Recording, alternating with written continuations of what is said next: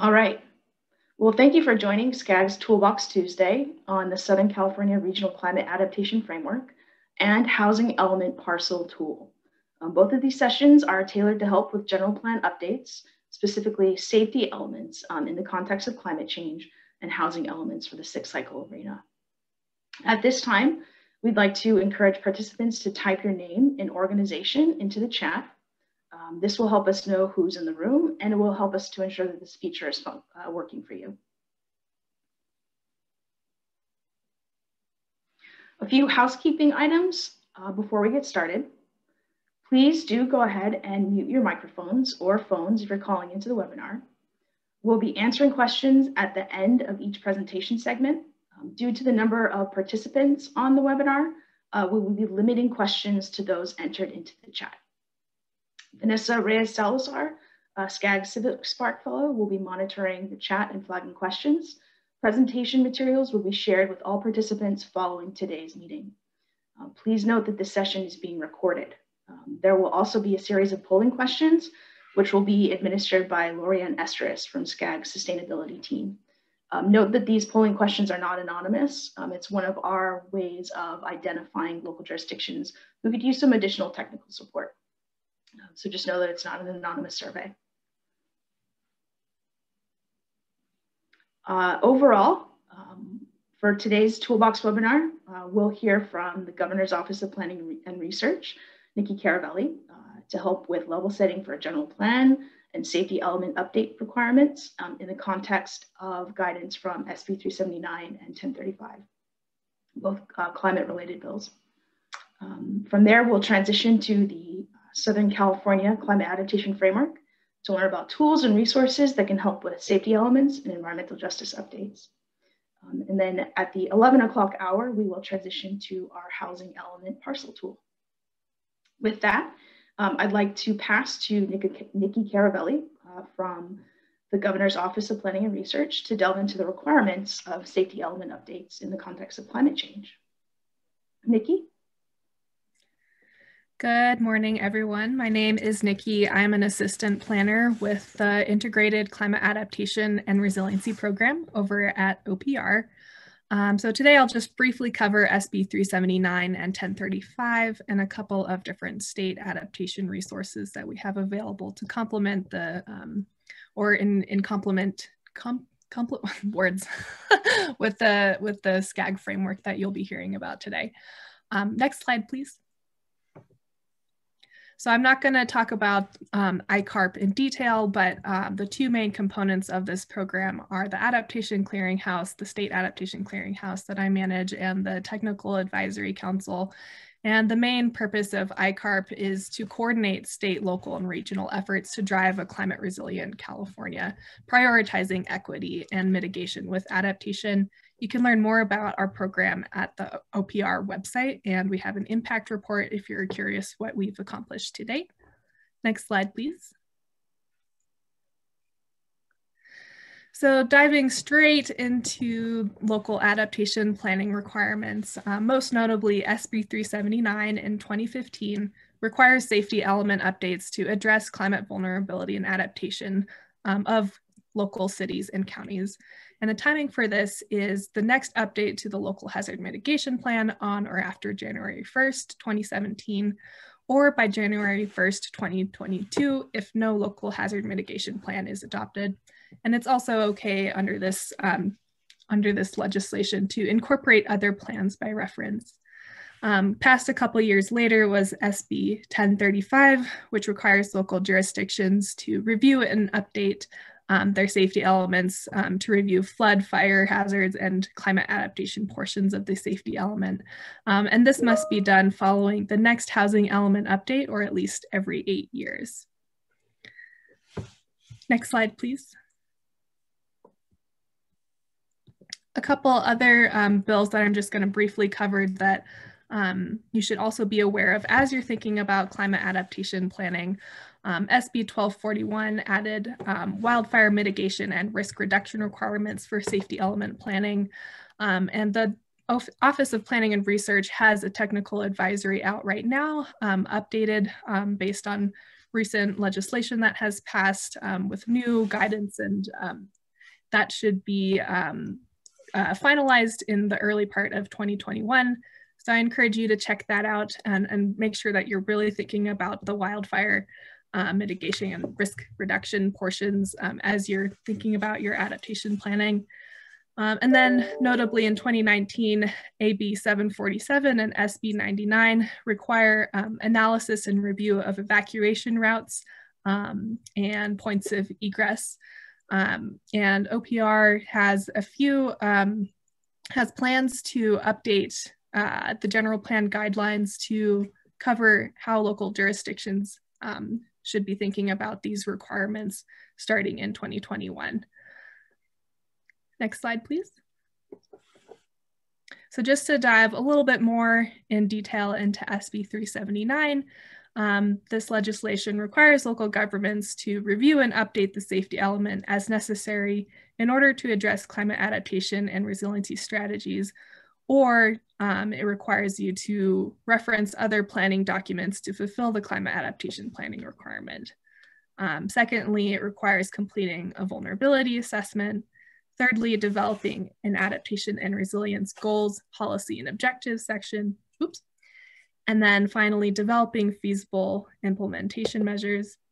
For those jurisdictions that have adopted local hazard mitigation plans, the next update of their local hazard mitigation plan would trigger an update to the safety element of the general plan to address climate adaptation and resilience. If you do not have an LHMP, the safety element of the general plan must be reviewed and updated on or before January 1st, 2022. Just a quick note that you may choose to review and update the safety element each time that the housing element is updated, as is required for flood and fire hazards. Next slide, please. So really quickly, a couple of resources that the state has out there that may be useful to you as you go through the adaptation planning process is the State Adaptation Clearinghouse, available at resilientca.org. We just updated it to incorporate an online interactive version of the state's 2020 Adaptation Planning Guide, which includes a step-by-step process for adaptation planning. If you're just getting started, I really encourage you to check out the Adaptation Planning Guide. It's really the state's most comprehensive set of guidance for adaptation planning to date. We also have on that resilientca.org site example plans and strategies and case studies of how other local jurisdictions across the state have gone about this process. You can check that out by going to the case studies section of the site or just by typing into the main search button.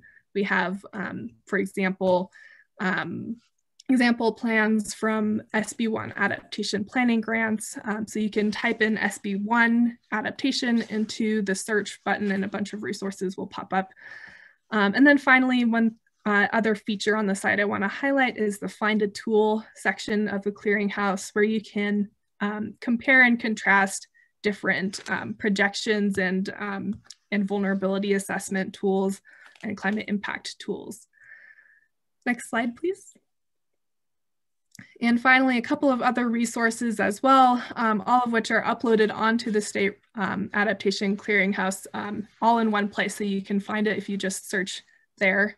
The OPR General Plan Guidelines, that will include in Chapter 4, that's the safety element section, that will include the most comprehensive specific SB 379 guidance. There's also the State Adaptation Planning Guide, which I mentioned already, which incorporates similar guidance. There's the caladapt.org tool, which is climate impacts and projections modeling. There's California's fourth climate change assessment with regional and technical reports. Last year, OPR conducted a survey of jurisdictions that have started the SB 379 planning process.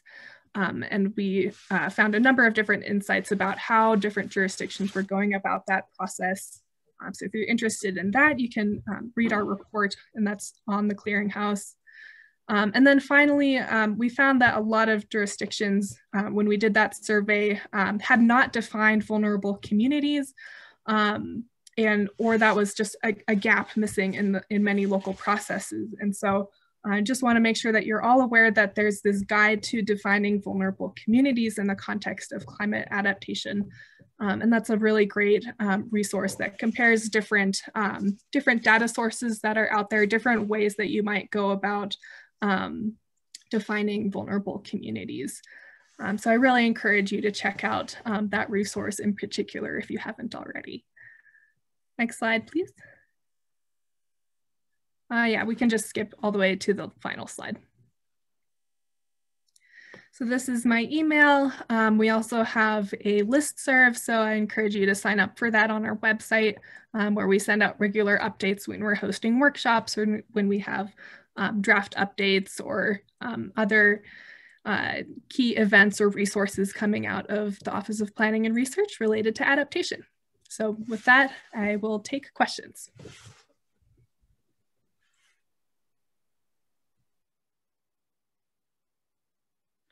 Vanessa, do we have any questions in the chat? No questions in the chat yet.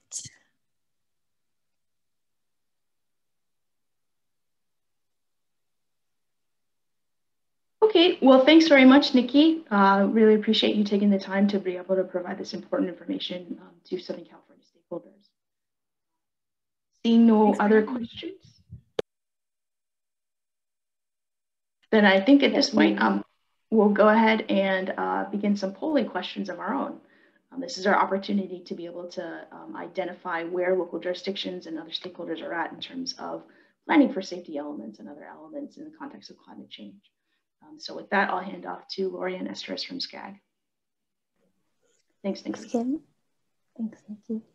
We'll go ahead and launch our first poll.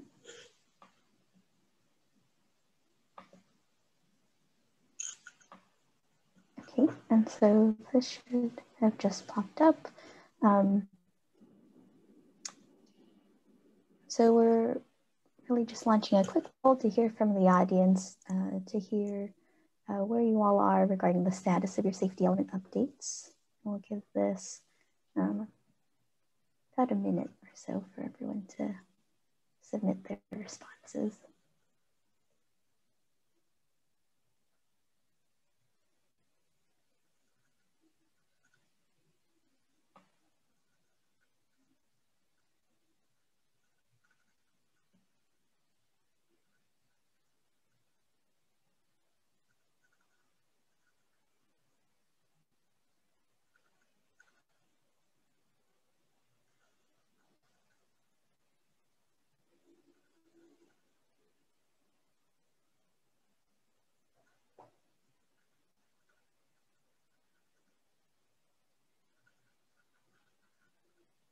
Okay,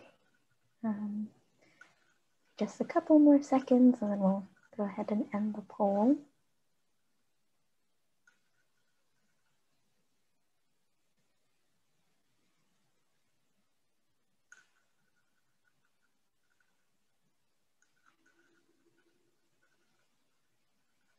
Okay.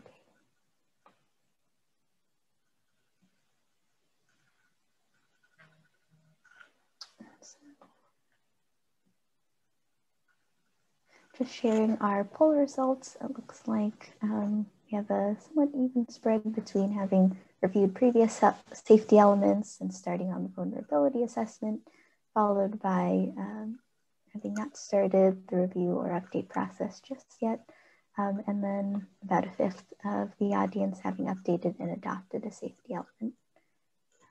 So great, thank you everyone for participating. Again, the poll responses are not anonymous, just to help with our own data capturing of where everyone is in terms of their safety element updates. And so with that, we'll go ahead and stop sharing the results. And we can move on to our next presentation on the SoCal Climate Adaptation Framework. Great, this is David Von Stroh from Cambridge Systematics. I lead the consultant team on the Climate Adaptation Framework.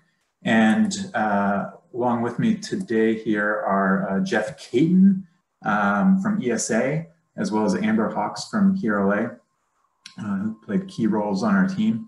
And are you guys able to see my PowerPoint slide now? Just wanted to confirm you guys are seeing. Yes. My share. Yes. Okay, great. So with this, I wanted to give an introduction to what we have done in the project. We kicked off over a year and a half ago. This is a SB1 Adaptation Planning Grant funded project. So thanks to Caltrans to a great degree in this. And it's basically a, we've developed a number of tools and resources, particularly to help local jurisdictions in their planning efforts. Some jurisdictions have a lot more resources and are further along in their own efforts, and that's great. And we want to complement that. And then this is really to help a lot of the lower resource jurisdictions as well. And it includes both outreach and communication strategies tools, planning and policy guidance and model policy language, and then interactive mapping and assessment tools to do your own vulnerability assessments. And then we did a lot of transportation land use scenario development and modeling, looking at key risk factors. And then there's also finance and funding guidance elements of this. I'm sorry, David, it's Jennifer. Do you yes. want to, we see your slides, but they're not full screen? Oh, sorry. Yes, I will do that. Are you guys seeing the full screen now or? No. Okay. So,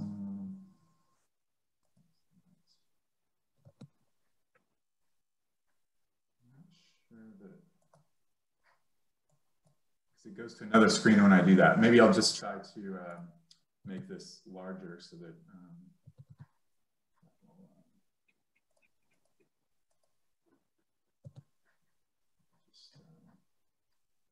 maximize the screen there. Yeah, okay. So with this, just kind of our agenda for today, starting with the 3rd through the 11th item there, we're going to go over our adaptation planning guide, which is available on the Skag website now, as well as the model policy language.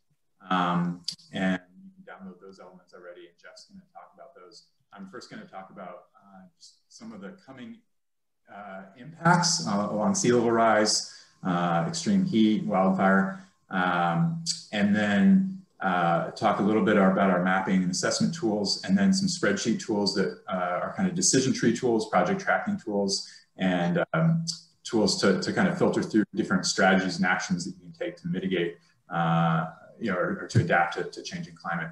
And then kind of an overview of our scenarios and modeling as well. And then the finance and funding and outreach tools. So with that, I'm going to jump right into kind of the risk factors that we dealt with. So a lot of them through our planning guide and that you see here, as well as in the various pieces, but in our scenario modeling, we particularly focused on extreme heat, sea level rise, inland flooding, and then of course wildfire, which has been so much impacting us this year.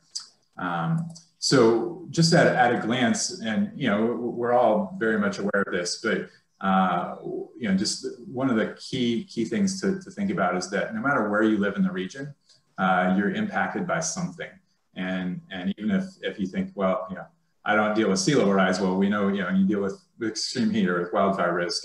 And then the worst thing is that in many jurisdictions, in many communities, you're dealing with multiple of these factors, right? And that's what we're trying to pull out also in our scenario modeling of those kind of duplicate double whammy impacts, and how does that impact both potential relocation in the future and demographic changes, as well as transportation behavior and congestion and so on. So first of all, just taking a look at wildfire, we know that with all the wildfires this year, that impacted not only communities and homes, but as well as just the air quality that we all had to breathe in. And this is just from the U.S. Forest Service data, looking at the moderate, high, and very high risk zones, and that's what we used for our modeling. And then we'll be following up with this with using the CAL FIRE data as well, so that goes right into the state requirements for your housing elements. And then, when I say a word about sea level rise, what we used in our modeling was 1 meter sea level rise, which is kind of the worst possible scenario, in the near future in 2030 is kind of a global mean sea level rise. And just, looking at the inundation impacts under average storm conditions with that.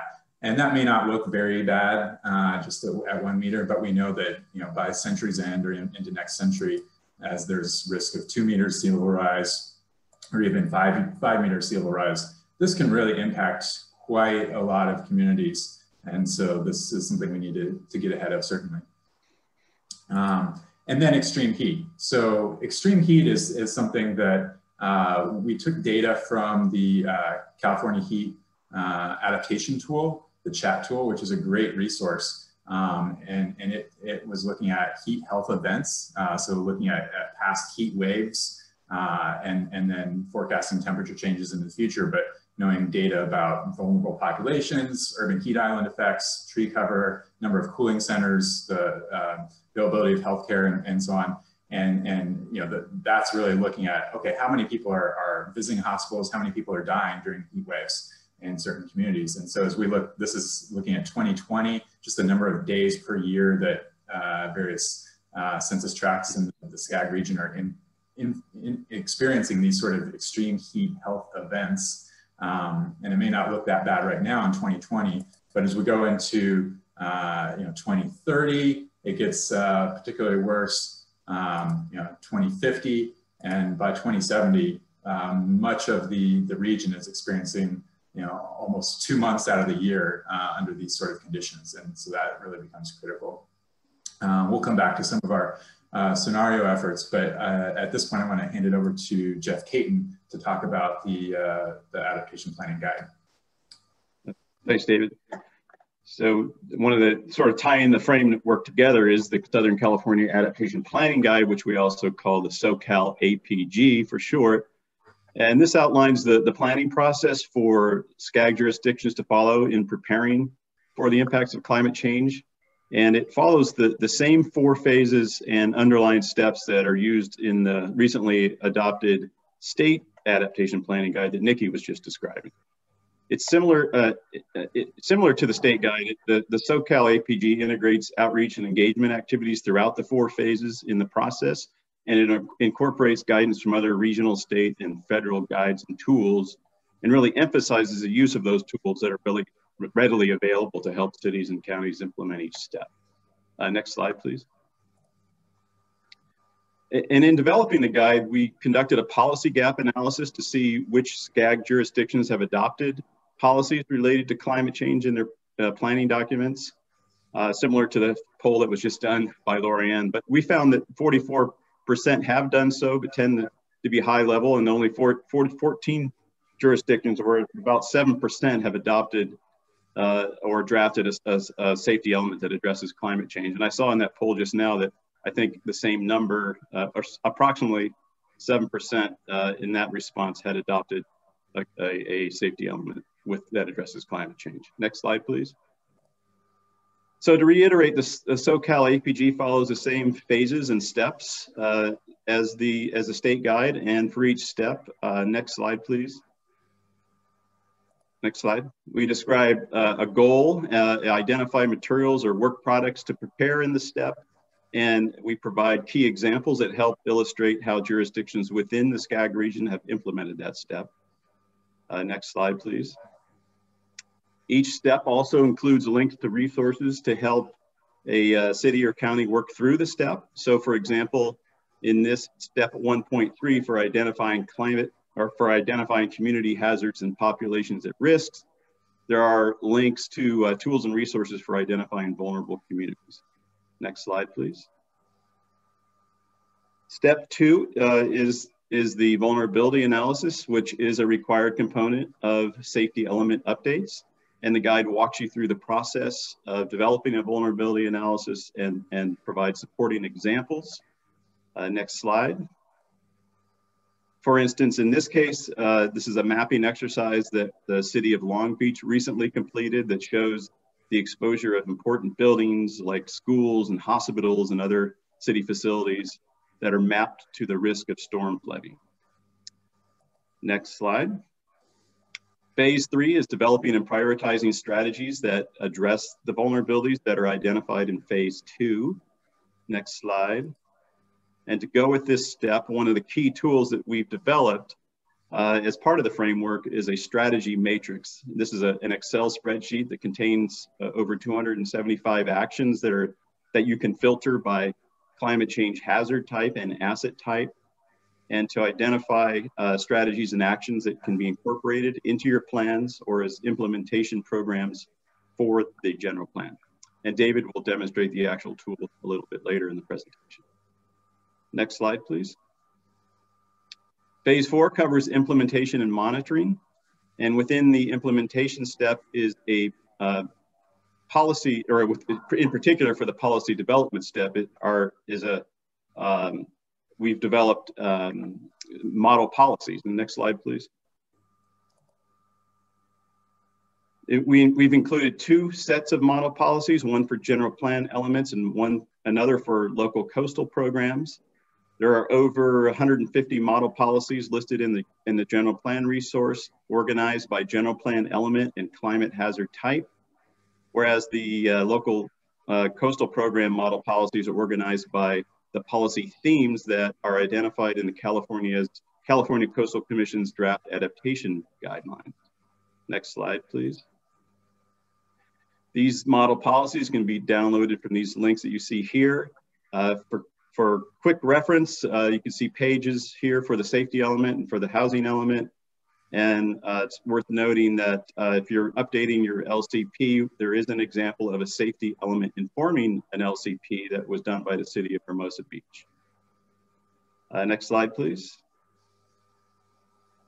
In addition to the framework's tools for long-term planning, we've also included project checklists that are designed to help local agencies with their project review process by taking climate change hazards into consideration. The checklists are primarily qualitative, but they use maps and other metrics to identify and evaluate a project's vulnerability to climate change hazards. And they're designed as templates that can be customized by the local agency, applying their own priorities and guidelines and requirements for how a project should consider climate change in its design. And they're broadly applicable to residential, commercial, and infrastructure projects. They guide you through a 2-step process. The first is screening thresholds that you see here for the 6 hazards. There's basically simple yes, no questions with links to information resources that help you answer the question. And if you answer yes to the question, it moves you on to a more detailed checklist. Next slide, please. And here you see an example for extreme heat, but the same approach is used for all the hazards. There's a series of questions on the project's exposure and sensitivity to the hazard, pointing to various resources for making the assessment, and then for assessing the potential consequences that should that asset be damaged or be put out of commission for some period of time. And this includes the cost to replace or repair the asset. Next slide, please. And lastly, the checklist guides the applicant through a series of questions regarding adaptive capacity, or in other words, it's the project's resilience and adaptability to future conditions. These templates are meant to be customized by the local jurisdiction, and the strategy matrix that I just introduced a few slides earlier is really a great resource for doing that. And with that, I think I'm passing it back to David. Yes, thank you, Jeff. Before I jump into the next portion of this, actually, I did want to show the project website. So this is on the Skag website now. So you can go to this link here, Skag, the Skag website, Climate Change Regional Adaptation Framework. And some of these documents that we're referencing are downloadable there now. So we've got the guide, we've got the communication outreach strategies and templates, which we'll reference in a minute, as well as the model policies that Jeff was just mentioning. And then other tools that we're talking about today that are under final development will be linked here as well in the coming weeks. So that's the project website. Back to the presentation here. With the interactive mapping tool to do vulnerability assessments. I know there's many resources out there and you may be using those already, but we're putting together all the data layers from our project into an Arcgis online tool that'll be hosted by Skag and some Esri story maps to tell some of the narrative impacts as well. And so these will be made available. And this is just showing some of the layers that we'll be including in there, some of which I was showing in those earlier maps about the sea level rise, the wildfire risk, and extreme heat health impacts, flood risks, and so on. And then as we're doing our scenarios for the travel modeling and looking at the future conditions under those, we'll be loading up those data layers there, and you'll be able to essentially query by your local jurisdiction, select on the map to see the impacted demographics in your jurisdiction and so on. And then we're putting on other sea level rise layers with different levels, as well as we did wildfire analysis for both the U.S. Forest Service data, and then we'll now be doing it using the CAL FIRE data next as well. So with that, one of the spreadsheet tools that we had developed is called a decision tree tool. And I wanted to pull that up here. And these screenshots just show at a glance what this does to allow you to see at a glance the population impacted in your county and city, as well as the disadvantaged community portions of that. So you can just, pull up the spreadsheet itself here. So this tool here, so you can see at a glance, you can just select which county you want to be working in. So we can say San Bernardino County, select the city that we want to work in, and it'll automatically update the population in the county and city, those under disadvantaged communities, and then those impacted by different risks, whether it's wildfire, sea level rise. Obviously inland there's not that so much, the extreme heat and so on. And then it allows you to start asking questions of what hazard do you want to look for projects in, and then this links to that other spreadsheet tool with the adaptation strategies and actions to pull those resources into here, so you can decide which hazard you want to be dealing with, and then in terms of the assets, it'll allow you to select, do I want to protect, roads and highways, or, vulnerable populations and so on. And then the various strategies that you have available to you. And then it'll link also to, for you to pull in the data of your impacted demographics from the mapping tools, and then input information about the costs and the benefits of these projects, as well as the dwelling units saved from those resources, as well as provide you links to funding options. And then in terms of there's another spreadsheet tool, which we're calling a project tracking tool. So this is very similar. And this is really kind of for Skag to keep track of who's doing what. So I'll pull that up here. And this tool really is kind of in two pieces. One is this questionnaire that will be sent out to all the jurisdictions, ideally filled out on an annual basis. And then that kind of compiles information that you put in here into a report that Skag then compiles for their kind of big picture, looking at what's going on in each county and at the regional level. But essentially what you do is you'll put in here the organizations that you represent, and from that you'll be able to select even whether you're a city or even maybe non-city institutions that deal with kind of cross jurisdiction boundaries, right? And then you'll get your information about your impacted populations. You can select projects. This is really for you to say, okay, we're considering or we're starting to implement a project for sea level rise, for inland flooding, for wildfires. We're trying to put in different things here, and it'll put in the impacted populations. You can say which types of assets you're trying to protect. You can put in your information of what your assessment is of the protected demographics, and then say whether it's under construction, whether it's just being proposed, going through engineering design, et cetera, or all the way to implementation, as well as what the stage of funding is, whether you're still completely unfunded, whether you have a grant application pending, and so on. And all the pertinent info about who's the project manager and their contact info, the total cost and timeline of these projects. And then this will basically create this report that you'll send off to Skag, and Skag can then see, okay, how many projects are going on for sea level rise in Ventura County? How many projects for wildfire adaptation are going on in San Bernardino County? And what stage are they going on at? So that's a resource as well. Finally, the adaptation strategies and actions sheet, which I've mentioned several times here. Let's pull that one up. So this is where, as Jeff mentioned, there's almost 300 strategies and actions in this sheet. You can select, which climate hazard you want to focus on.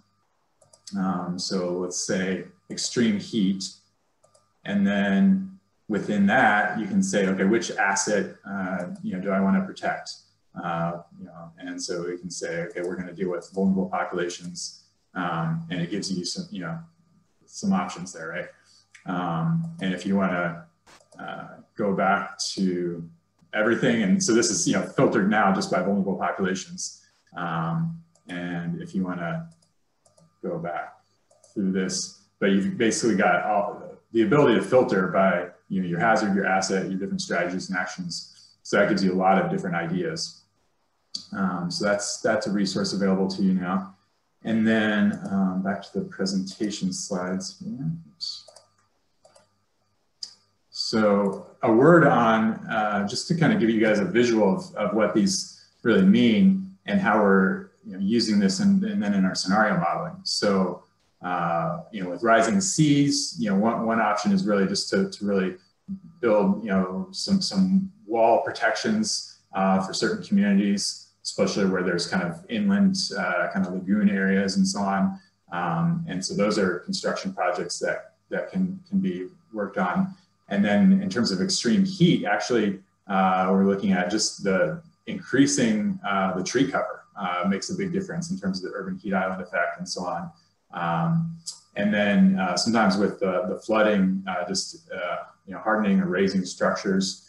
And then for wildfire, which is the most hard-hitting one this year, what we were looking at is really kind of those prescribed back burns that can reduce fuel to reduce the overall risk. So this is kind of a quick matrix of what we pulled out as our top strategies and actions, especially as we use them in the scenario modeling. So there's, as I mentioned, there's almost 300 different strategies and actions in that sheet that you can review and pull from. So yeah, I mentioned earlier just some of what we were doing for the extreme heat, and I would point you to the chat tool, California Heat Assessment Tool, and that's linked also from the CalAdapt site, and that's where we pulled our data from in terms of looking at the annual days per year of these extreme heat health events. And for each of the scenarios, what we did is we developed algorithms to look at how did people potentially relocate. So we're using from the Skag travel, the Skag forecast for the 2030 year, the demographics, and then kind of how the growth projections look for the year 2040 and 2045, and essentially marked off which zones were at risk and to what level, and had percentages of the population potentially relocating from those zones. And then for those remaining zones, which would be considered receiving zones, then we allowed people to relocate to those. And so that was part of our inputs to then see, okay, as people would flee potentially in the future some of these higher risk zones, and likely densify into other zones, how would that impact travel behavior and congestion? So then as we ran through the travel model, we were able to get results in terms of trip making, vehicle miles traveled, and then the time, vehicle hours traveled, as well as the delay and the congestion results. So we would do this both for kind of our unmitigated scenario, kind of business as usual. And then if we had hypothetical projects, our phase 2 to compare against that. And along with that, we produced volume maps to look at how did the volumes of travelers along corridors change in each of these scenarios. And so we did this for extreme heat, for sea level rise, for wildfire. And on wildfire in particular, I want to mention we did a stranded zones analysis. And so this looked at the network, which links in the transportation network would be completely overrun by wildfire in the worst cases, stranding certain zones kind of as islands unto themselves. And then also looking at those zones which maybe weren't completely stranded, but would experience severe detours to have to go around such areas. And so those resources are available and we'll have in our interactive mapping tools to explore the results of that as well. But this is just kind of an example of, people who in extreme wildfire conditions, might have to drive around some mountains to get to a destination on the other side far longer than they would normally. And so that's some of the results that we're modeling. So I want to pivot then from the scenarios and the modeling to finance and funding. We had a workshop last winter, which has a long slide deck that's available for you as well, that our colleague Bob Spencer produced. And this has a lot of resources on how can local jurisdictions seek out funding, potentially at the state or federal levels, but also looking at innovative opportunities for issuing bonds, as well as looking at the insurance markets and how that impacts local jurisdictions, credit ratings and so on, and kind of the incentives for jurisdictions to address climate change so that their total financial picture, as well as for their residents and businesses, is in the best place. And so there's a lot of resources that are made available there, and kind of walking through even tax increment financing districts and things like that. So with that, I'll hand it off next to Amber Hawks from Hero to talk about some of our outreach tools.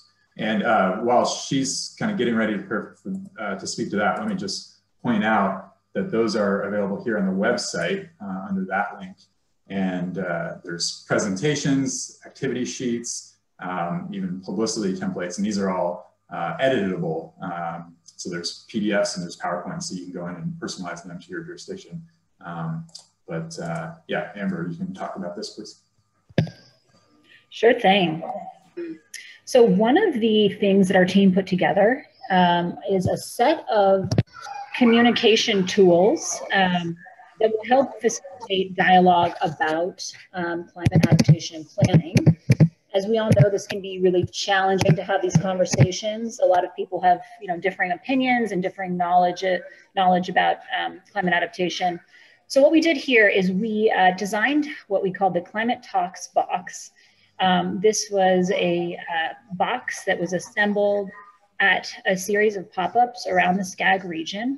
And the goal of this box was to test 4 different messaging strategies about climate change and adaptation to understand what resonates with the local community in the Skag region. We did a ton of research nationwide, pulling from a variety of sources about different techniques for engaging.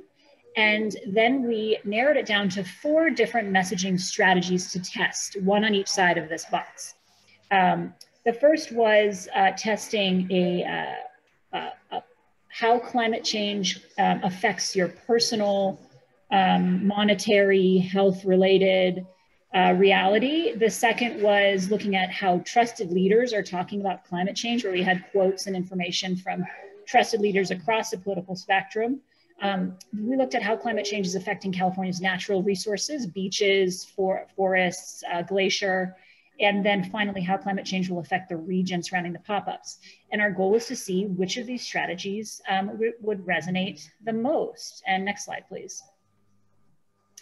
So here are some of the locations where we tested the box. And I would say that even though we only held 5 of these pop-ups, we had just about 30 of Skag cities represented.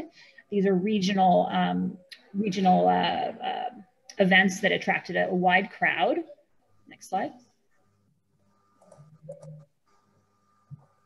And so based on the findings from all of that, we put together a workshop template that has for you to use a presentation slide deck that is tailored to Skag jurisdictions who would like to engage constituents about climate adaptation and mitigation. And then materials for interactive activity to get people talking and thinking about these impacts and about the actions that they'd like to take. And then meeting announcements and collateral and things of that nature. And it's customizable and flexible. So it gives you the base, you know, research-based kind of content that you can use, and then you can layer in your own maps and your own information on top of that. Next slide. So what we learned, there's a lot on here, and you can, this is part of the guide that comes with the template. So no need to kind of look at it here. But number one in the Skag region, most effective strategy was telling people how it will affect their personal reality. So that means personal finances, personal health, et cetera. So we've put some of that messaging into the presentation. The next most impactful, and actually as how it happened is people went into the box and they came out and then they reported about which of the strategies they felt resonated the most with them. And the second most impactful was California, like effects to the natural resources of California, people found really impactful. So a couple of things we've learned here is to really make it personal. People are going to be more moved to take action if they feel that it relates to them personally. Keep it really local. So, you know, if you have wildfire risks, you talk about that. If you live along the coast, you talk about those risks. Helping people to see the risk through mapping was a successful technique. And then, you know, finally, I think the least reported as impactful and with an educational value was the trusted advisors. People like to hear what people they trust have to say, but in the end, it came down to, did they feel it was going to affect them personally? So I think, is that my last? Yes. Okay, great.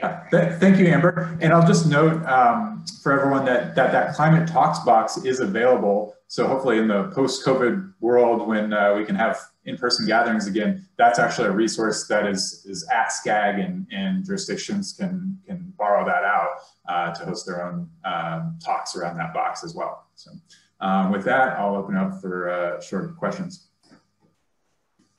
Yeah, so we have a couple questions in the chat. So earlier in the presentation, we got a question asking, will slides be available after? And Kimberly responded, yes, we will be sharing the slides after the session with all attendees.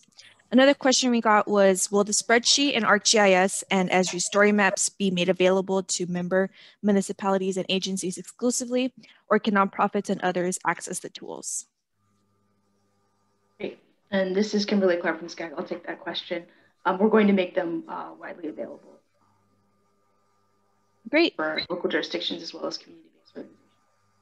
Great, thank you, Kimberly. Another question we got was, are these tools, for example, a decision tree, be updated regularly to use most up-to-date data for population, income, and disadvantaged communities? Does the tool indicate when those updates will be made?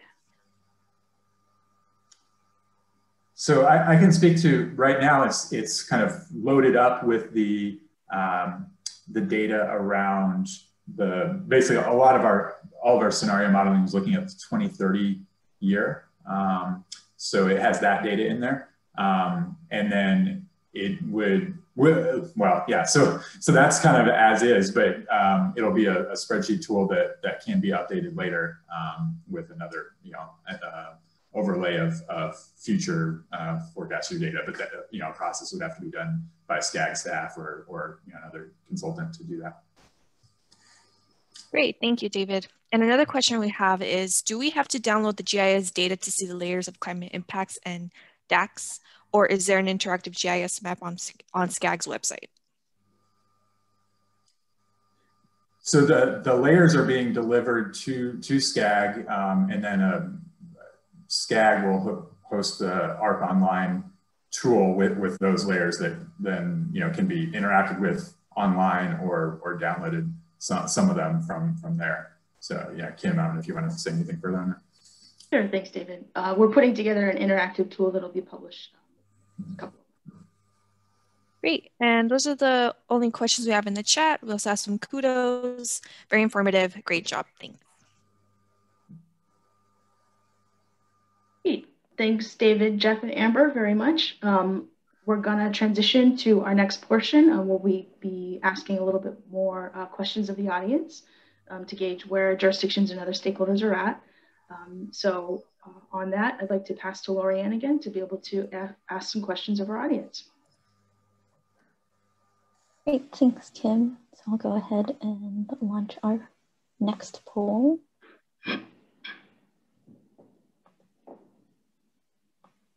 Okay, and so we'd like to hear from everyone, just what are some of the challenges your jurisdiction is facing regarding updating your safety element, lack of staff or resources, need more information on requirements and timeline. And we also have an other option.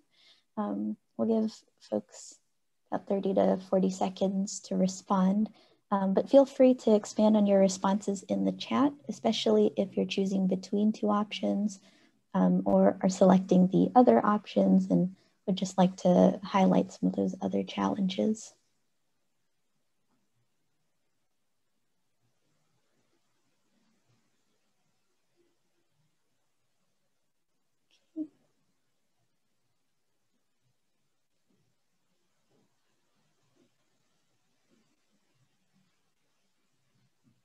Okay, giving it a couple more seconds. Looks like the votes are steadying.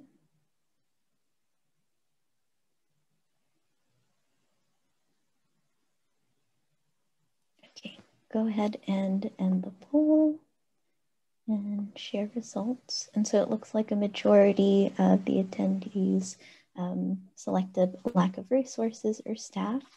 Thanks everyone for your participation.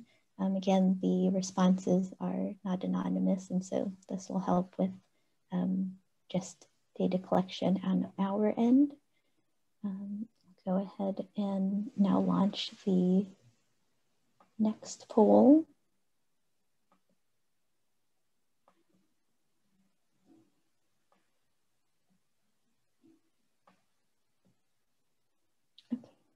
And so for this question, we'd like to hear what technical assistance would be most helpful during this process of updating your safety element, one-on-one guidance, guiding resources and tools, additional software and data, or other.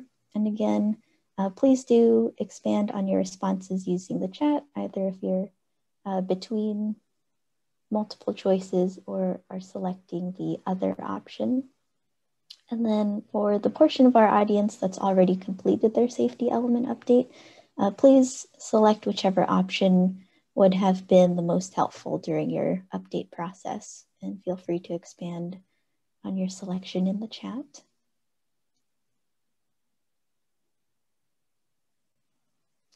I'll go ahead and give another couple seconds as the votes begin to steady.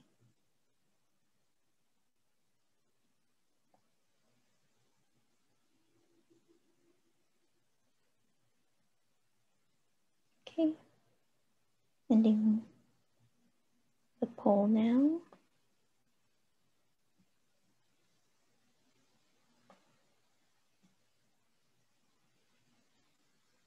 So it looks like majority of the audience members like additional guiding resources and tools, as well as one-on-one guidance. You see that we have some feedback within the chat, so thank you for that.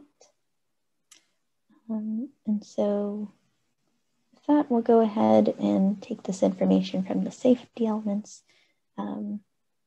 and launch just one more poll. And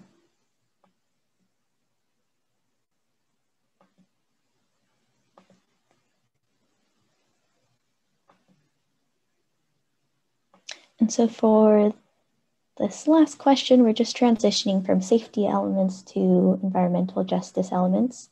Similar to our first poll on safety element status, we'd like to know the status of your EJ element, not started, begun planning and drafting, currently have a draft reviewed by stakeholders, or have it completed and adopted. Again, feel free to use the chat to expand on your selection, or enter any questions you have on the adaptation framework, safety elements, or EJ elements.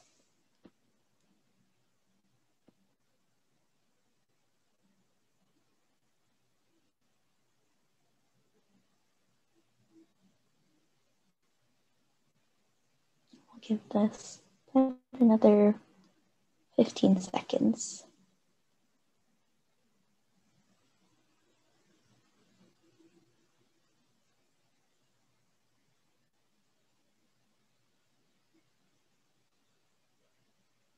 Okay, ending the poll. So it looks like most folks have not started the process yet. Thanks everyone for your participation. I'll go ahead and hand it off to Kim to share some additional resources and information on EJ elements. Thank you, Lorianne. Going to skip through some slides here.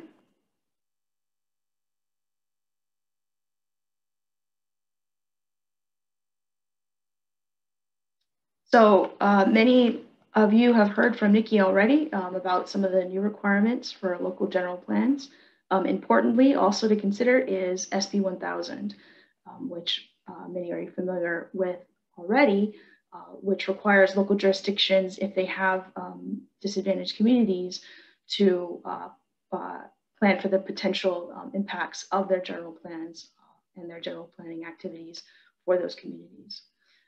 With the update of 2 or more elements at one time, cities and counties are required to adopt an environmental justice element or integrate environmental justice related policies, objectives, and goals throughout other elements of their general plan if disadvantaged communities are within their jurisdiction. SB 1000 includes a process for communities to become meaningfully involved in the decision-making process that govern land use planning in their neighborhoods. Importantly, we're talking about the deadlines for safety elements. We all know there's deadlines coming out for housing elements. With the update of 2 or more elements concurrently, SB 1000 is triggered, and environmental justice considerations need to be a factor of local general plans. The state has additional guidance on how to identify where SB 535 disadvantaged communities are. And then, of course, OPR has a number of resources to help local jurisdictions in their safety element updates. And Nikki touched on some of the Chapter 4 guidance for safety elements. It's important to note that there's a special addendum on Chapter 4 of the state's resources for environmental justice. Beyond that, there's other resources that are valuable to highlight, including the California Environmental Justice Alliance, SB 1000 Toolkit, which was put together by the California Environmental Justice Alliance, as well as PlaceWorks. And it is a guidance document intended for local jurisdictions, planners, community-based organizations, and other stakeholders, and provides background information on the requirements of SB 1000 and walks through a process to identify disadvantaged or EJ communities within the most current tools. The toolkit also provides best practices for promoting meaningful community engagement throughout the environmental justice planning process, as well as guidance on how to develop environmental justice objectives and policies and general plans. Another thing that we'd like to highlight, which is available on our climate adaptation webpage, is Skag's expanded library of general plan model policies, which includes OPR's recommended policies for environmental justice elements, as well as our model policies for climate adaptation, as well as best practice policies for other considerations in local general plans, what's listed here on the slide. That toolkit is available on our website. We've heard just recently, actually in the chat, that some folks might have had some issue in downloading it.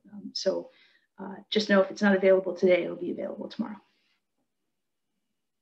But just to point that out, on our webpage, you can see our adaptation planning guide, our communication and outreach strategies, our expanded library of model policies, as well as our other general plan resources. So with that, I think we're ready to transition to the second half of our 2-hour special Toolbox Tuesday on safety element updates in the context of climate change, as well as Skag's new tool on housing element resources to help with housing element updates.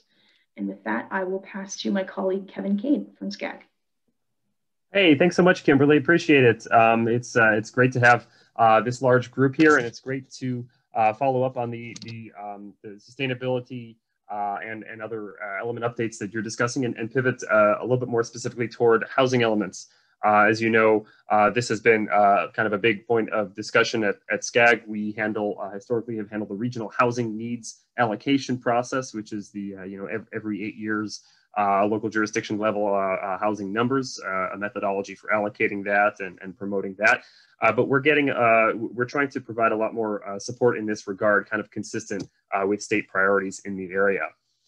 So what I'm going to demonstrate today is it's really simple. It's just one thing.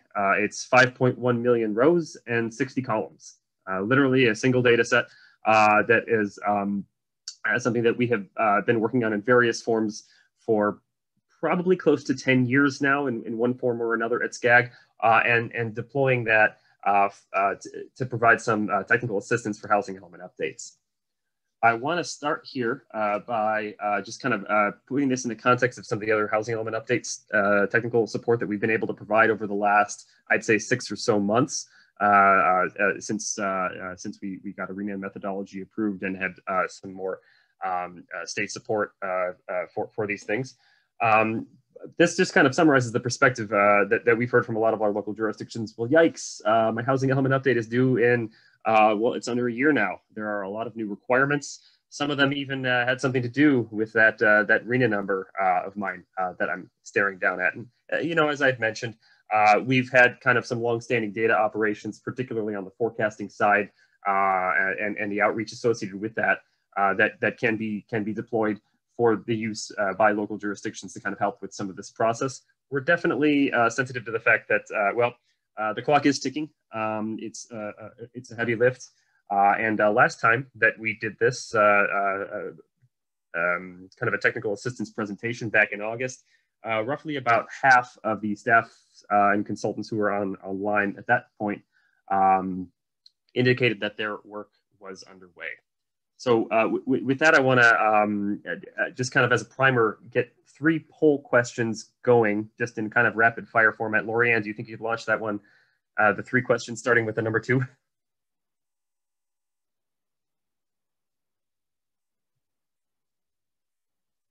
Just as a somewhat of an update to see where we're all at. And I do understand that there's a wide variety of folks on the line. This is a little bit more geared toward local government staff, but feel free to participate as you see fit.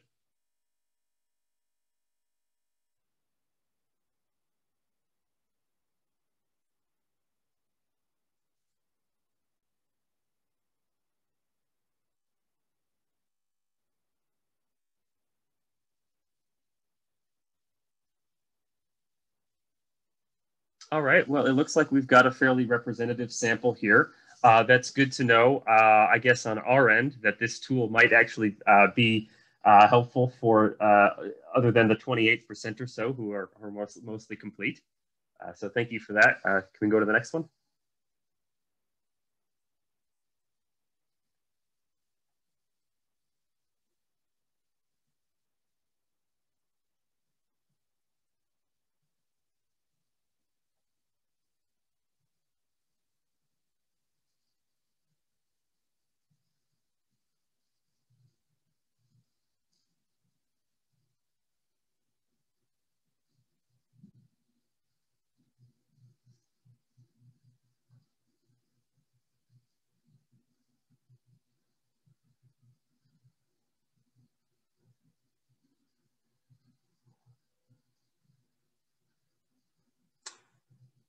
All right, so it looks like a pretty good shade of challenges here.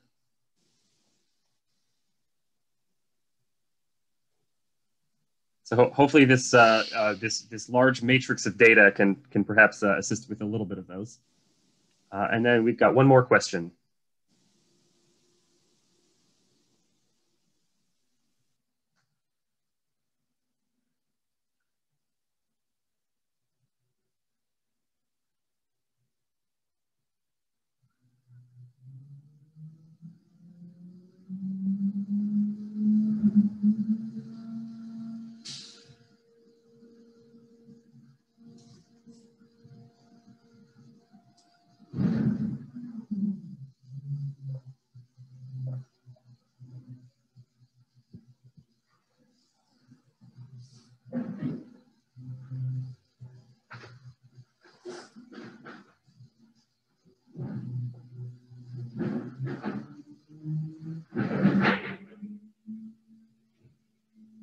Maybe give folks a few more seconds to finish this one up.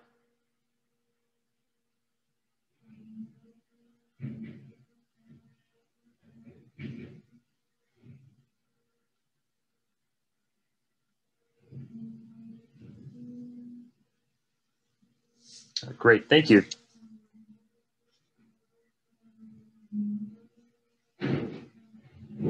So this is great to see. Part of what we're sharing today is trying to use some of the data that I described to get at some of the capacity calculation and some additional information that might be helpful for non-vacant sites and AFFH requirements and ADUs, in fact. So with that, I'm going to press on here a little bit. As I mentioned again, we're just taking this one large data set, updating, refining, curating, and deploying. Trying to do our best to link as substantively as possible with the Department of Housing and Community Development's site inventory guidelines so that there's a shared understanding which could help the smooth review process, and certainly to link with Connect SoCal objectives and certainly some of the environmental constraints and issues described in the earlier half of today's presentation. Ultimately, this is technical assistance. It's the local jurisdiction and HCD's relationship for the housing element update. Just wanted to reiterate that point. So we do have on our new website rollout, which I'm sure a number of you may have noticed is live now, some pre-certified local housing data, basically a package of jurisdiction level data that has been reviewed and pre-certified by HCD for use in housing element updates. That's available at this site, Skag/housing elements. We also have a study that we did and also got pre-certification from HCD on the affordability thresholds to use for accessory dwelling units or ADUs if you're going to be including those in your housing element update. So I encourage you to check out some of those resources which we made available back in August. And as promised, today is the release of phase 2. We have now branded this HELPR, Housing Element Parcel Tool. Apologies to all the non-nerds, but I imagine that's not too many. We're very thrilled to have been able to have Esri come on board through the Regional Data Platform effort, which is a very closely related Skag program, to really take this over the finish line over the last couple of weeks and deploy a really great web mapping application allowing for a few levels of analysis, kind of a more basic level of analysis, refined, and then also allowing for data download for use on your own platforms.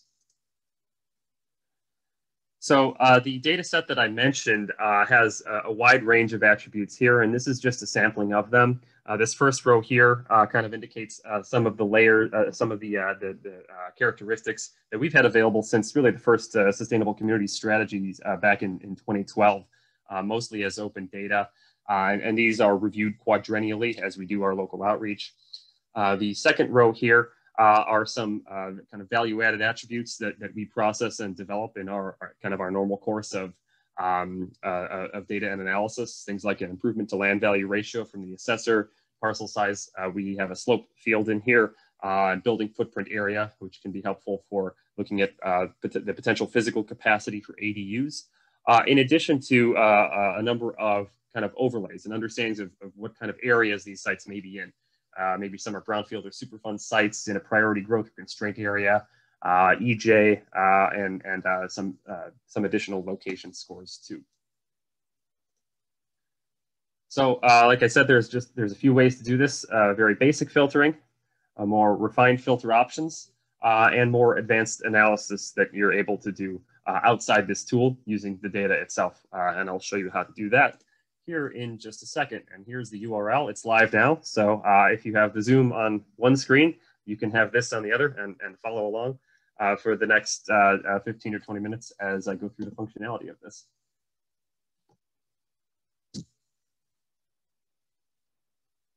So the HELPR, or Housing Element Parcel tool, is mainly designed for use for analyzing one jurisdiction at a time, simply because of the number of records in the data itself. But you can actually do some analysis regionally as well. But really the first step here is to select the jurisdiction and dive a little bit more deeply into these kind of prepackaged or curated filters that we have here. Vacant parcels, commercial parcels, EJ areas, etc. And if you'll notice, there's a toggle for each of these filters, and you can also dive into a little bit more detail and analyze the attributes there.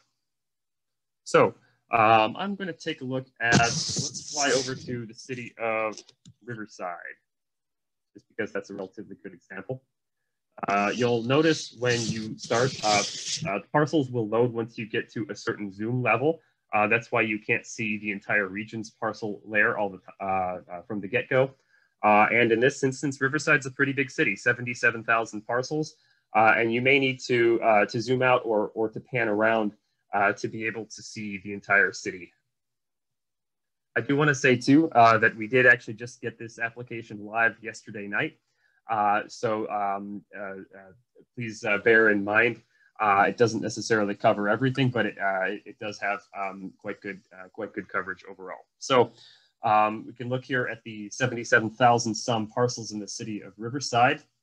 Legend's always available at the top right. Most folks might be fairly familiar with the parcel symbology that you see right here, with yellow representing single family, blue as industrial land, etc. I also want to direct your attention up here to the comprehensive documentation that we've made available for this. Some things are well explained in the application, but as always, going into the documentation will probably answer a number of the questions you may have. So if we actually get to filtering here, I just want to demonstrate how you can use this to see some suitable sites. Well, clicking this little info tab here, this first filter is called vacant parcels of an appropriate size. Based on HCD's site inventory guidelines, they're recommending that if you want to count a site, especially for the lower income side, that it should probably be between 0.5 and 10 acres. Otherwise, you would need to show perhaps some additional information as to why it's likely suitable for development.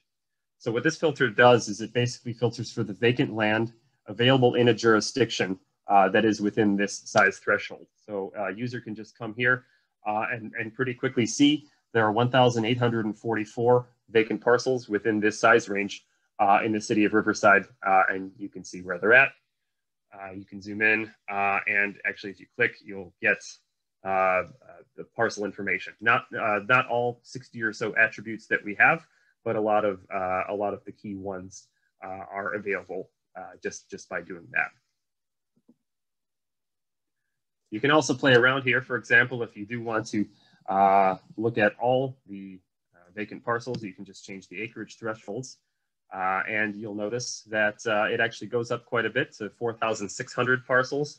And you can see some additional ones popping up here on the map. I'm not sure that this necessarily here is a suitable site, but this is a tool to kind of help you pick between this. As I mentioned, there are 4 land use codes that we have in this data that generally correspond to some of the more common vacant codes, but you can always select or deselect others. If you did, for example, want to look at some types of residential or maybe general office use or something like that. See, for example, I just added general office use to this and saw a number pop up. You can do that as well. Bear in mind, this is a 5 million record data set, so it does take a little bit of time sometimes for this to update here, the number of parcels at the bottom. you can see it just switched from about 4,600 to 5,512 parcels. But let me turn that general office use off right there. And then we can take a look at some of these other filters. So that's vacant parcels of an appropriate size. Keep in mind too, these filters actually add on top of each other. So if I wanted to kind of combine some of these, it would just further constrain the universe of available parcels that I'm looking at. So the second piece of analysis here does relate to some of the non-vacant sites, which was one of the kind of most requested things in the polls here. You know, this is often, you know, as is our understanding of the housing element update process, there are always local conditions. There are always local pieces of information that you can get that in many cases are going to be better than what we can really kind of provide here through a single regional data set. But we have been doing some work in analyzing using assessor data from each of the 6 counties in the region. And one of the fields that we have in here that we feel is kind of helpful for understanding the potential for a site to maybe convert is what we're calling the improvements to land value ratio. In particular, there's been a lot of discussion, I know over the last few years, about potentially repurposing commercial retail types of parcels simply because of the rise in e-commerce, the decline in brick and mortar retail. Some of those might be suitable sites for housing in some instances. So following a methodology developed by John Landis and his group some time ago up at Berkeley, we created this filter based on the IL ratio. Basically, what's the ratio of the value of the buildings to the land? And if the land and the site are of higher value than the structures and improvements on top of that, then that might you know, indicate that it's a potential for reuse or for conversion. So we have here the 6 land use types corresponding to commercial and retail. You can certainly toggle those on or off or add some other ones. One of the things I'm kind of interested in is maybe there are some other idiosyncratic land use types, maybe golf courses or some other types of things. I know that's been discussed in some places as well. And we have the default setting here for IL ratio at 1. So if we turn this filter on, we can go and see that there are 479 parcels in the city of Riverside that are these type of land use and have an IL ratio of less than 1. If we want to constrain this a little more, maybe we can do a 0.75. We can see that this is probably going to reduce the number of parcels fitting this criteria a little bit. Like I said, response time, you have to give it a few seconds. It's huge. And you see that went down to 372. If I did want to do some further analysis, you can just download here, either in tabular format as CSV or SHP. Give this some time though, because of the back-end extraction. So I'm actually going to just set this to download here, and we'll remember that this is the 372 parcels from the city of Riverside. So that's this commercial infill filter. The third one that I want to bring to your attention is here, public-owned land. HCD's site inventory guidelines are, and I believe perhaps this was part of recent legislation, maybe AB 1397, if I recall correctly. I'm sure there's somebody on the line who knows, who remembers this exactly. But identifying public-owned land may be a requirement in some instances, or good practice as you kind of review which development opportunities might be available. So using, again, the assessor records that I had mentioned earlier, we have this flag here for public-owned land. You can see in the city of Riverside, you've got about 2,400 parcels, and you can actually dive in a little bit more deeply. There are 8 categories that we have here. If you want to just look at, for example, city-owned land, you can see that it brings it down to 1,062. I'm not sure because I didn't test this one, but it might even be the case that there are some vacant parcels of city-owned land within a particular size threshold as well. It looks like that's still cranking. You do have to kind of keep an eye on this number to see if it changes.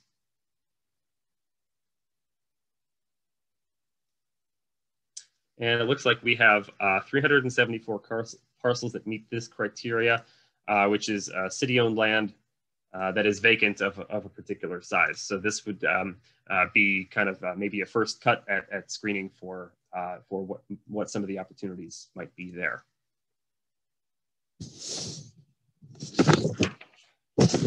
So I'm going to switch gears a little bit from these first three, which are great ways to kind of you take a first screening at sites, to these next four filters, which are a little bit more geared toward the kind of the area characteristics. And for that, I'm going to move over.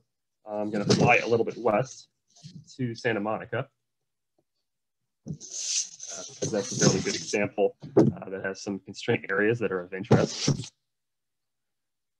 And we have the fourth filter here is inside a priority growth area and outside a constraint area. And these are priority growth areas and constraint areas as defined in Connect SoCal, the 2020 RTP SCS. We have three types of priority growth areas here. High quality transit areas. For this, we included future year, HQTAs, job centers, and neighborhood mobility areas.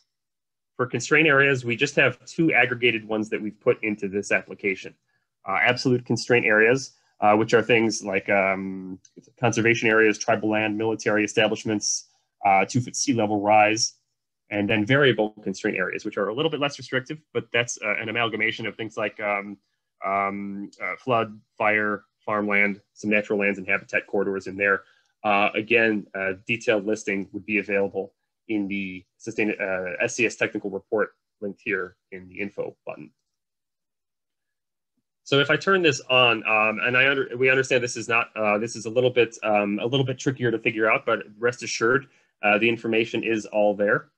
If I were to just turn this filter on right here, it basically gives me the most restrictive. It's looking for parcels that are inside all three of the priority growth areas and outside both of the constraint areas. So what I can do is make that a little bit less restrictive I'm going to look at constraint areas first. And to do that, I'm going to allow the parcel selection to be inside or outside these three priority growth areas too. So it looks like Santa Monica has a pretty good percentage of its parcels, 20,716, which are not in these constrained areas. I can take a little bit of a closer look at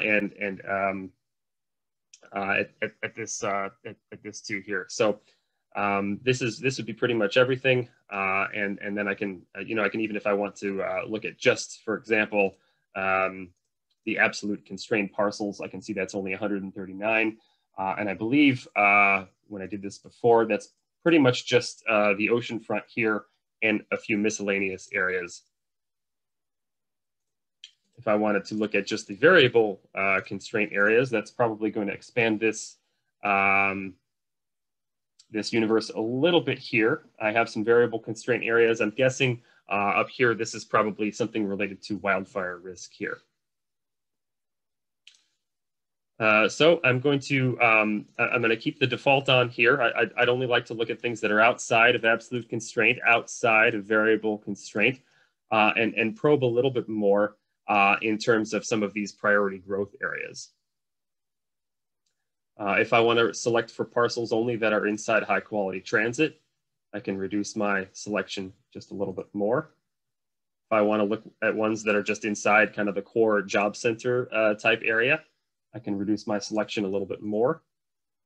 And if I want to really just look at ones that are inside of a neighborhood mobility area, that may not actually restrict the selection any further because of the overlap here. But what I'm left with is kind of this core area of Santa Monica. And just for fun, let's take a look and see if there are any vacant parcels of an appropriate size within these unconstrained priority growth areas. And actually, perhaps even surprisingly, it looks like there are 24 vacant parcels within these priority growth areas, even in Santa Monica here. So that's good to see. And just to illustrate the download shapefile function, I'm going to hit a download parcels here, and that's going to crank for a little bit. We also have in Santa Monica kind of a good illustration of some of these other environmentally sensitive areas. I'm going to turn this over to Kimberly in just a second, but we do have 12 other constraint areas here. And as Kimberly is coming online, I'm just going to let this one crank to show you the map of Santa Monica outside all 12 of these constraint areas. And then I'll go back to my slides here and turn it over to Kimberly to talk a little bit more about that filter. Thank you, Kevin. So you've seen a demonstration of the filter, especially when it comes to our Connect SoCal priority growth areas and constrained areas.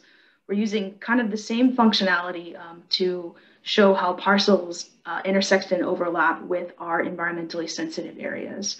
We worked with a number of partners to be able to develop our frontline, you could say tier one, most important and environmental constraints that are commonly CEQA issues or they're linked to the policy and goals of our plan.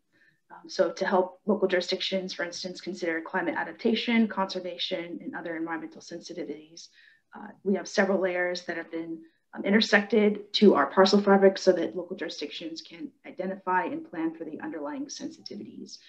Most commonly, a lot of these layers are potential CEQA concerns that having the background information on can be very useful for site selection.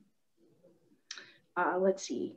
We have, in our next release, we're planning to have these individual layers available to view on the map to see actually the overlap of our environmentally sensitive layers on top of the parcel fabric.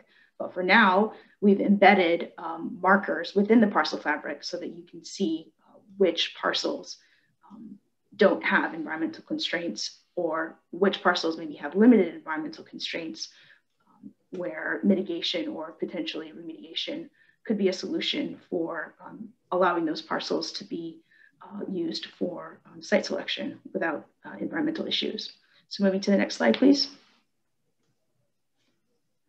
Here are those environmental layers that have been specifically mapped on our parcel fabric, and the tool allows users to be able to filter out these considerations. So high and very high hazard risk fire zones, liquefaction susceptibility zones, Alquist-Priolo environmental fault zones, 100-year floodplains, active river areas, wetland areas, sea level rise areas, landslide hazard zones, protected areas, wildlife habitat connectivity and missing linkages, natural community and habitat conservation plans reserve designs, and the status of location of rare plants and animals.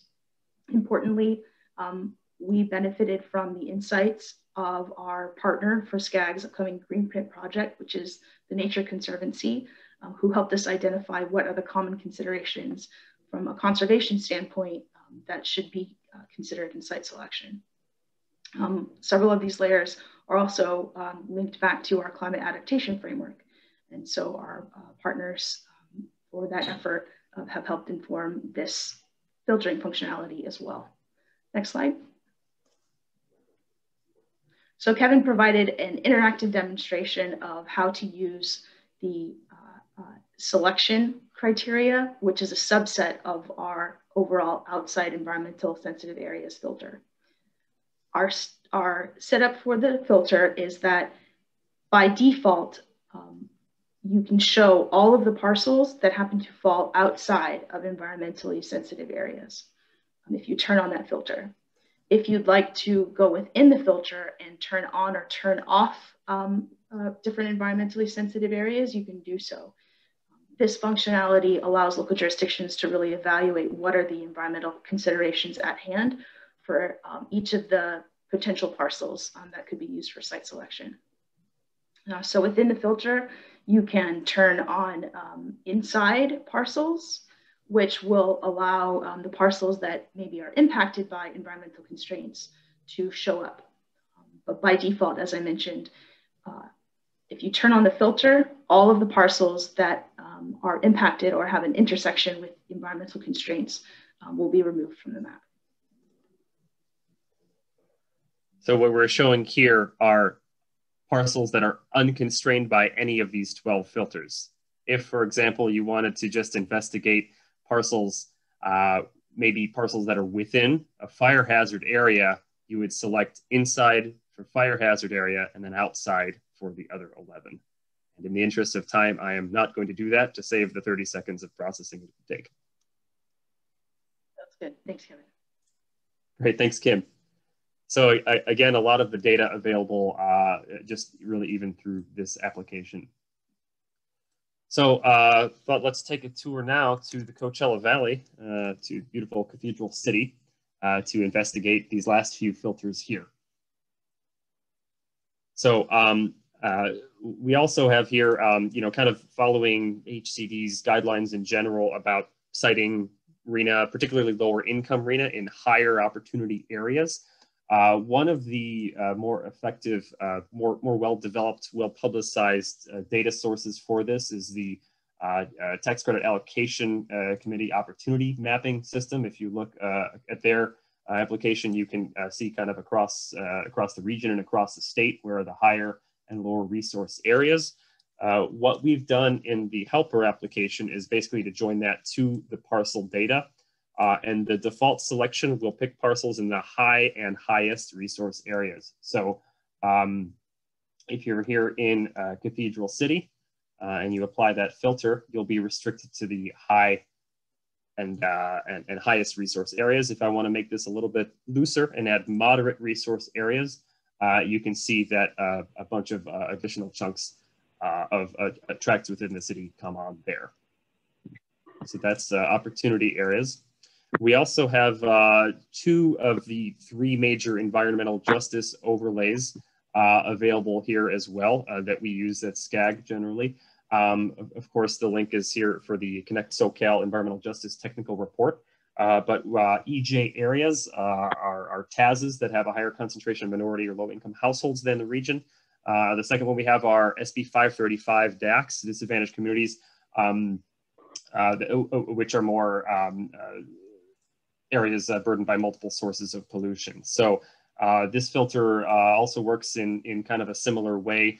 If you wanted to just look at an EJ areas, you would do EJ areas only and then both. So you can see in Cathedral City, here are your EJ areas. You want to look at your SB 535 disadvantaged community areas in Cathedral City. Actually, you see that there aren't any. However, you can even go back to all and see if there are any across the region. So like I mentioned earlier, you do have a little bit of ability to kind of view things regionally, and I'm not sure exactly if the parcels are going to render you know, fairly timely based on the selections I made here, but you do see that there are 1.2 million of the 5 million or so regional parcels that are inside these SB 535 disadvantaged community areas. All right, so our tour of the Coachella Valley is complete. I'm going to take you for one last stop over to Thousand Oaks in Ventura County to demonstrate the last filter. Thousand Oaks, looks like you've got about 43,000 parcels across the entire city of Thousand Oaks. And there is a guidance provided by HCD, again, for mostly for the low and lower income RHNA side, to demonstrate at some level the extent to which some important services are close by, things like grocery stores, healthcare, provider offices, open spaces. This is just a little bit of analysis that Skag did in-house to provide a quick and dirty mechanism for getting some of those using some point level business establishment data that we had at our disposal, in addition to the California Protected Areas database, something probably familiar to a lot of folks in this group. This was all processed on Esri Network Analyst and relies on street network distances. So basically what you can enter here is how many grocery stores, healthcare facilities, or open spaces are there within a 1 mile drive. And right now I'm looking at the 43,000 parcels in Thousand Oaks. If I turn this filter on, it's going to restrict it to the 24,000 parcels, which have a grocery store within a mile, at least 5 healthcare provider offices within a mile. Keep in mind, you know, an office with 10 doctors might actually be 10 healthcare facilities, the way business establishments are registered, and at least two kind of units worth of open space within a mile. If you want to get a little bit deeper with this, in this kind of this early version 1.0 release of the tool here, we didn't have, we were considering having some additional jurisdiction level information available, but we actually have some of the accessibility measures summarized at the city level in the documentation at the very end. I do realize this is a little bit clunky, but it will get the job done for now.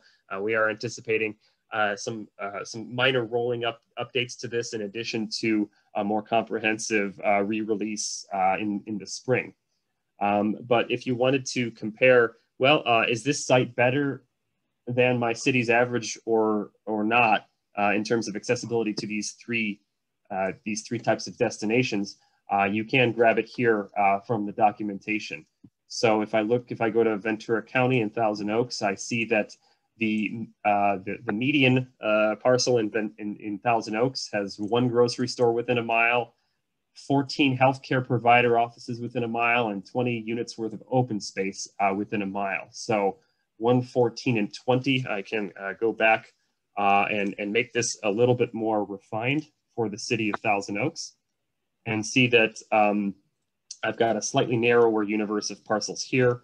Looks like 6,600 parcels that have this number of these things within a 1-mile drive.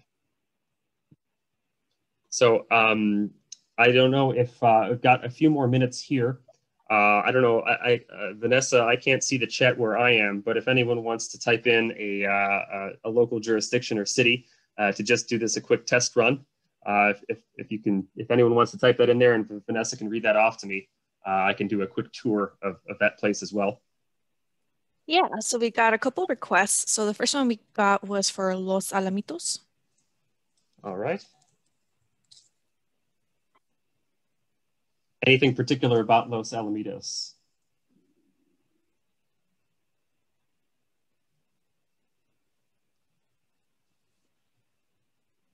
All right, Los Alamitos, fairly small jurisdiction of 2,595 parcels. Very quickly, we can see that it only has looks like probably just a couple of current vacant parcels. Look like they might be little strips here, maybe worthy of a little bit further investigation.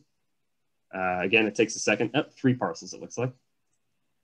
As far as commercial retail, potential infill, actually a fair bit of potential opportunities along some of the main arterial corridors here. You can refine that a little bit in terms of land use type or improvements to land value ratio. And if there's any public land in Los Alamitos, you can give that a quick check. Looks like there are a handful of parcels sprinkled around here in Los Al. Give it just another second for the number to update here. 17 in Los Alamitos. So definitely an analysis that you can do. So thanks for that suggestion. I want to cover a couple of other things real quickly before turning it over to my colleague Javier Aguilar to talk about kind of where this is going and other related resources that we have. You know, you can do some regional screening as well. For example, if you wanted to look at commercial retail infill potential across the entire region, you can see that that number is actually quite a bit here. And you can kind of look at, you know, related development opportunities even outside of your jurisdiction. One of the advantages of this kind of larger public-facing tool here. Now, I know I hit the download button a couple of times while we were talking, and I want to return to that here and just show you what the raw data looks like so that you can import this into your own platforms, such as Excel or an ArcGIS platform if you'd like. We've got about 60 attributes here. If you recall early in the presentation, I was looking at parcels in the city of Riverside. Looks like about 372 parcels. And a few things to kind of draw your attention to here. We do have the assessor's parcel number here as APN 19. We do have a field for slope information that we processed from a digital elevation model. You can see the details for that in the documentation, might be helpful. And we do also have a building footprint analysis that we put in here as well. Now, you'll notice there are definitely some null values in here. That's explained a little bit more in the documentation. So certainly in some instances, you might not have the exact coverage to get building footprint info. So that's certainly noted. But that definitely can be helpful for filtering some of the development opportunities. In fact, we have some related work going on that we hope to integrate into a spring update of this on accessory dwelling units in particular that is going to be relying on these same data sources. So in the documentation, there is a little bit of really quick instruction on how to use this in a tabular format to come up with a quick and dirty estimate of the potential physical capacity for ADUs. Now, certainly there are a lot of considerations for ADUs, such as the financial capacity, such as supportive policy, things like that. But this does give somewhat of a cut to see, well, you know, do the parcels, perhaps the single family residential parcels in my jurisdiction that don't have slope issues, do they have enough kind of physical space here? And actually, we do have a field here, which is titled unbuilt square feet, which is basically using the building footprint data to show how much area that isn't built on each parcel. So there's somewhat of a filtering mechanism there if you want a little bit more information on ADUs. I'm not going to go through the rigmarole of opening this up in ArcGIS fully, but you can see here that we have this available in shapefile format too. You can download the whole jurisdiction as well. You just have to give that a little bit of time. You would just have to uncheck all of the parcels and then pick whatever your local jurisdiction is that you want to download. A couple of final notes here that I want to mention that we have in the documentation. This is a full data dictionary here for everything. We do have a little bit more guidance on each of these individual filters that we went over. Some information about the brownfield field that we have, the ADU analysis that is possible here that you can do. Some information on the forthcoming green print tool that Kimberly mentioned, and a few important links here. We have our own housing element technical assistance page, our GIS open data portal. And I want to also point you toward HCD's housing element resources, in particular, their new form for site inventories, which is on their website. Essentially, this is the ultimate format for putting in sites. We don't have direct integration into this from the HELPR tool. However, the APN or assessor parcel number could be a helpful key for that. So with that, I'm going to pull up the presentation again and turn it over to Javier, who's going to describe a little bit more about kind of how the HELPR tool fits into the Skag regional data platform effort. Good morning, everyone. Waiting on the slide. Well, let me talk a little bit about the regional data platform. Regional data platform is a robust system of systems for regional data sharing and collaboration. It will provide with long-range planning tools to all member agencies.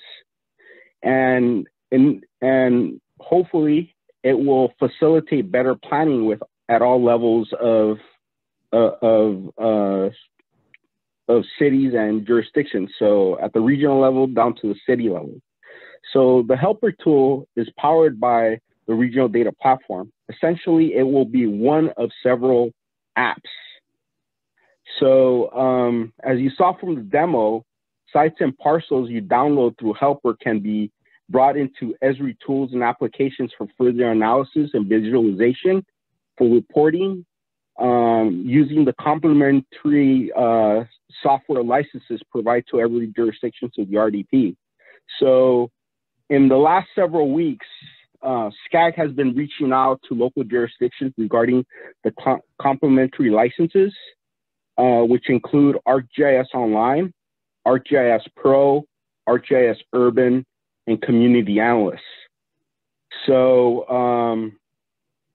so if you want to know a little bit more about this, I mean, we've been contacting the different jurisdictions regarding this.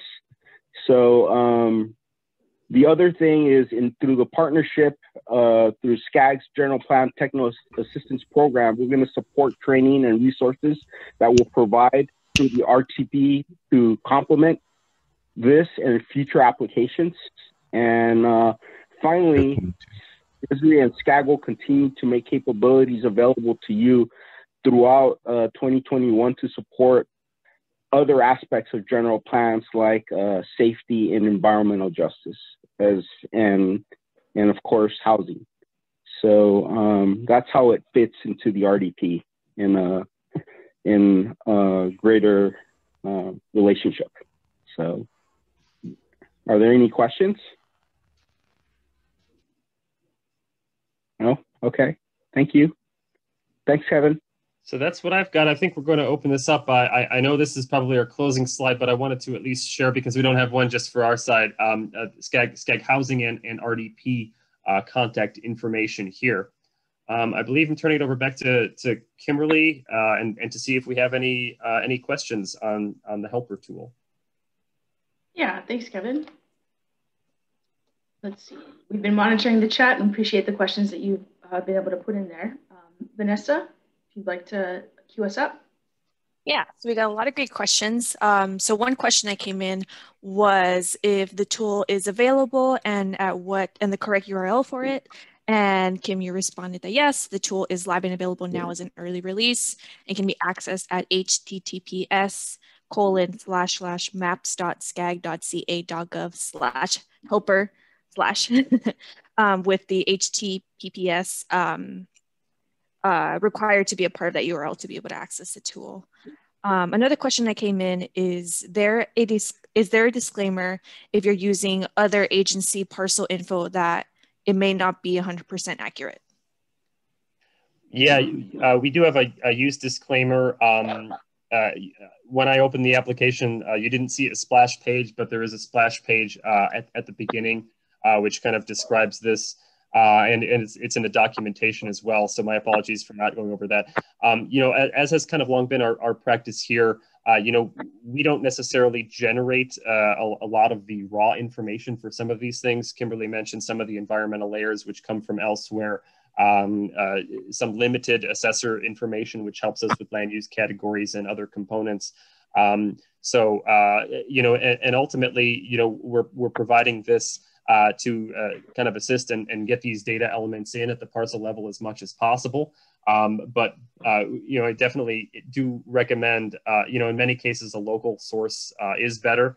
We're providing what we can get and standardize across the region. Great, thank you, Kevin. So another question that came in is, what is the source of the underlying data? Are cities self-reporting vacant parcels, for example, which Kimberly answered. She mentioned this data set reflects input from local jurisdictions conveyed during our one-on-one engagements with all 197 cities and counties in the region to review and refine existing data conducted in 2017 and 2018.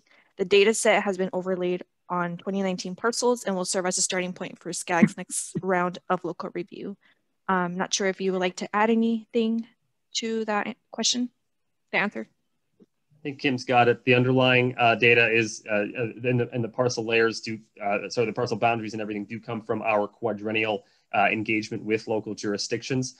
Certainly, as we build that data set up for local input and review, we rely on a number of things like business establishment data, assessor data, a digital elevation model, things like that.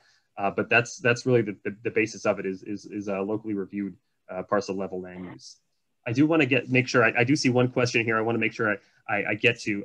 It's from Rachel. How can the tool help with HCD's requirement that existing uses are not an impediment? Will HCD simply accept that the, I think meant IL ratio less than 1.0 as substantial evidence?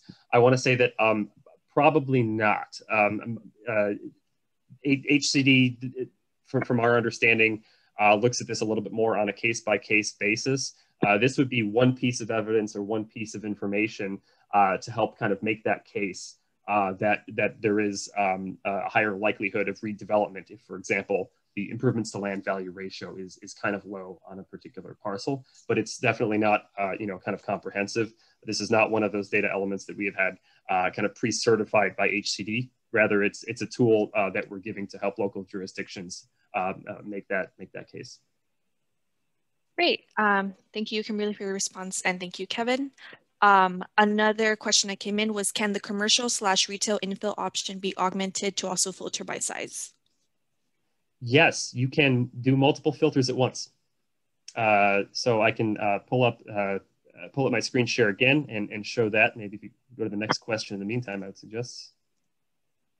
Yeah, so another question that came in was, how do we report errors in the data? We have commented that there are errors in the data since mapbook development in 2016. For example, all our mobile home communities are marked as infill and commercial, which Kimberly already responded saying we'd be happy to take feedback on the underlying data at rtplocalInput@skag.ca.gov. And then regarding the example that you were looking at for Los Alamitos, Kevin, someone asked, can you show us again where to find the background data? So the background data is up here in documentation. So that's going to have the full data dictionary as well as the descriptions. And I believe the previous question was, can we look at multiple filters at once? For example, potential infill or refill, but also vacant parcels. And you can definitely double dip these, but you're probably going to find zeros unless you make some of these less restrictive.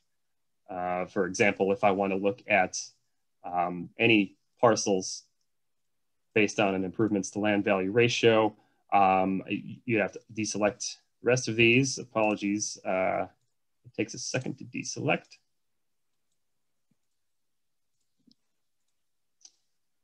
So there we might actually have a little bit more of a selection, but these are all and criteria, so you'll be able to narrow pretty effectively there. Great, thank you. And another question: if you click a parcel, what types of information is available to immediately view? If you click on a parcel, it's most of the, I believe there are 60 attributes in the entire data set. We haven't put them all in here because some of them are a little bit less clear, but you do have kind of most of the core ones. A good point to mention here also, we do have the census block group Geoid. So if you do want to patch in any census information, for example, if you want to grab something from data.census.gov on a particular site, you can just use this block group Geoid. The land use categorizations that come ultimately from the outreach for the bottom-up local input and revisioning process for the 2020 RTP, 2019 land use updated by assessor data sets, resource levels, some of the accessibility measures, and whether or not it's in constraint or priority growth areas. The full data would be available in the download version though, and you can certainly download an entire jurisdiction's data. If I wanted all of Ontario's 43,000 parcels, click here, wait a second, and you'll get it pretty soon. Great, thank you. Another question that came in is anyone else having difficulty opening up the PDF?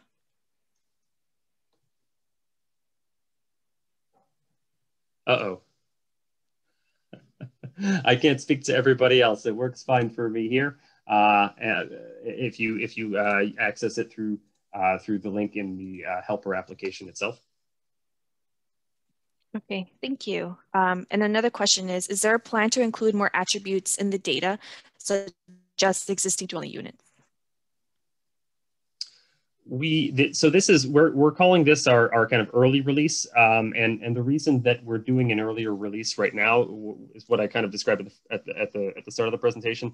We definitely want to get information that's available in the hands of local planners and down to the community level fairly quickly. So we don't have absolutely everything that we wanted to have in here. We are planning to kind of reassess and release an additional version with more information. We do have some ongoing ADU work in particular that we may look to integrate into this, in addition to having a little bit more functionality as far as layers and some of the other visualization or download capabilities might be concerned. Great, thank you. Another question is, could you provide a link to the sites analysis attribute spreadsheet we saw a few minutes ago? The sites analysis attribute spreadsheet, I think that may have been referring to the downloaded CSV of parcel attributes. that I had opened up. Basically, what you would do is, if I want all the parcels for the city of Ontario, which I have, I apologize, I'm not sharing my screen anymore. You would use the download parcels CSV button at the bottom, and that will download whatever is currently filtered, whether that's the entire jurisdiction or a subset based on your selections. Great, thank you. And regarding the issue with opening the PDF, Whitaker Matot mentioned in the chat that on the PDF, the link posted above is included with a period character. So please try the same link that is in the chat, but without the period in the URL. And I see a comment here from Shane, and I think that's a great point to build upon. While we do have what I called earlier, like basic filtering, we have these 8 prepackaged filters. You can actually dive pretty deeply within the application itself. For example, if you open the vacant parcels of appropriate size, you can say acreage is between 0 and 99999 to get all of the options for size. And you can actually select all or none, or any of the, many land use categories that we do have available. So, you can use this application and the filters, beyond just kind of those 8, preset ones. Great. Those seem to be all the questions in the chat. I'll keep an eye out if any more come in.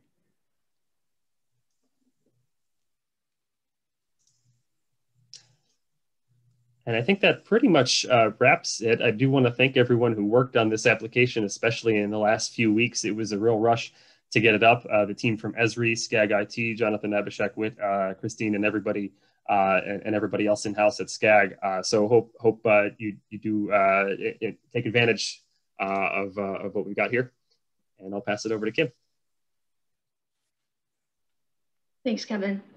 So just to echo that, we appreciate everyone joining us here today. Consider this the first of additional resources that Skag will make available to help local jurisdictions with their general plan updates. And many jurisdictions received an invitation to access free licenses from the regional data platform. And I would encourage jurisdictions to pursue that opportunity additionally. If you haven't gotten it yet, you will be getting it very soon. So we look forward to working with everyone facing a pending general plan update. And thank you again for everyone joining us here today. The question that was just posted to the chat, will this presentation and Zoom recording be posted online? Yes, we'll be sending out the presentation shortly after this session. And then also the video will be posted online the next day or so. And Heather, I'd be happy to follow up with you afterwards regarding the invitation of the licenses. Heather Allen, City of Fullerton, right? Okay, wonderful. Thank you all.